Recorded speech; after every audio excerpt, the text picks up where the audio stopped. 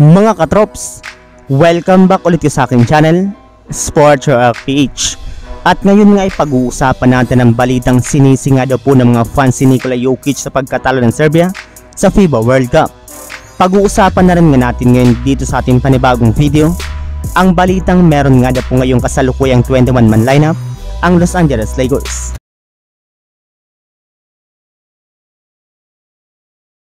Sinubukan naman nga po sana mga katrops ng Serbia na makipaglaban sa kanilang gold medal match kontra sa Germany sa pangunguna ni Bogdan Bogdanovic. Naitabla pa nga po nila sa halftime ang kanilang laro, sadyang sa pagpunta nga po ng second half especially sa third quarter ay hindi man lang nga po sila nakapalag sa Germany. Kaya dahil nga po dyan ay hindi na nga po sila nakahabol pa at tuluyan nga po sila ditong natalo at bumagsak na lamang sa pagiging silver medalist ngayong 2023 FIBA World Cup.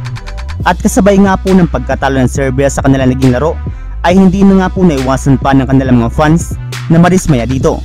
May ilan na rin naman nga po sa kanilang mga fans ang sinisi si Nikola Jokic kahit hindi man ito naglaro. Gayong kung pinili lamang nga na pong sumali ni Jokic sa Serbia ngayong 2023 FIBA World Cup imbis na magpahinga ngayong offseason ay sila nga na po sanang world champion at hindi ang Germany.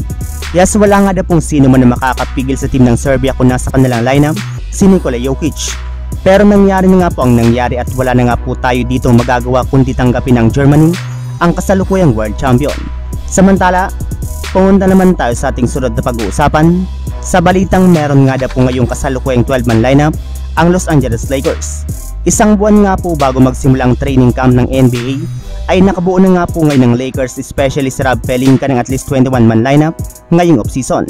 At kinabibilangan nga po ito ng kanilang mga players na sina Anthony Davis, Austin Reeves, Cam Reddish, Christian Wood, D'Angelo Russell, Gabe Vincent, Jalen Hood-Schifino, Jared Vanderbilt, Jackson Hayes, LeBron James, Max Christie, Maxwell Lewis, Rui Hachimura, at si Taurean Prince na pare-parehong merong kasalukuyang NBA contract sa Los Angeles Lakers. Sasamahan rin naman nga po sila dito ng kanilang tatlong players na merong two-way contract na kinabibilangan nina Alex Pudge, Colin Castleton at si Dimoy Hodge.